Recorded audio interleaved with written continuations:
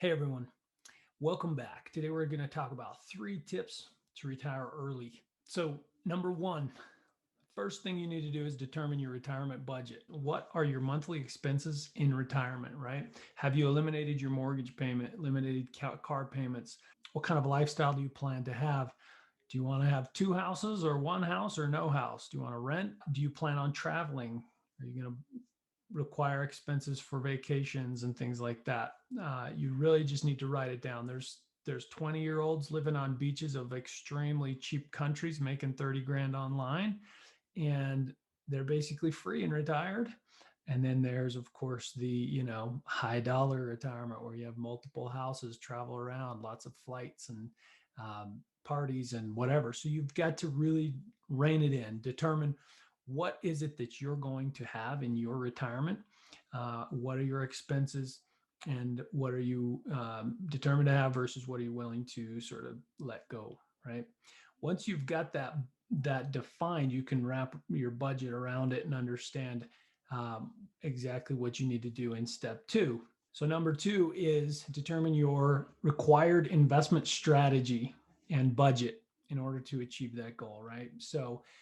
Uh, so now that you've determined what the lifestyle is and how much it's going to cost, how are you going to get there? So this is the big thing, right? How much money do you need to put into your investment accounts, into whether you're just going like with mutual funds, ETFs, your 401k, whatever it is. How much money are you need to put into that in order to have the return that you need to sustain your lifestyle after you no longer have a 9 to 5 job, right? So uh, many financial advisors say that you should not retire on your investments until you can live off of 4% of the interest. Meaning if you're heavy into stocks, right, your mutual funds or whatever, and you earn an average of about 10% a year, you need to be able to live on 4% a year. That way you're still continuing to grow in case downturns happen and you're still trying to stay retired. In case inflation gets a little crazy, whatever, you need to continue to give yourself a raise, because as you know, the dollar value today is not what it's going to be in 20 or 30 years from now. So you need to be able to give yourself a buffer even within retirement. Plus, end of life care is expensive. And so you need to have, you need to be able to grow your wealth a bit more even after you've retired. So if you want to retire in 15 years from now, how much money do you need to be investing on a monthly basis in order to achieve that goal?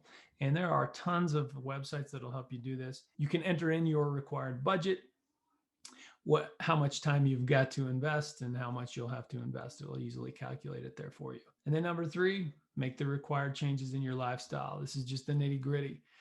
You've got to be determined to make sure you're investing the right amount of money into those accounts, and at the same time not growing a whole bunch of expenses and liabilities on the other end, right?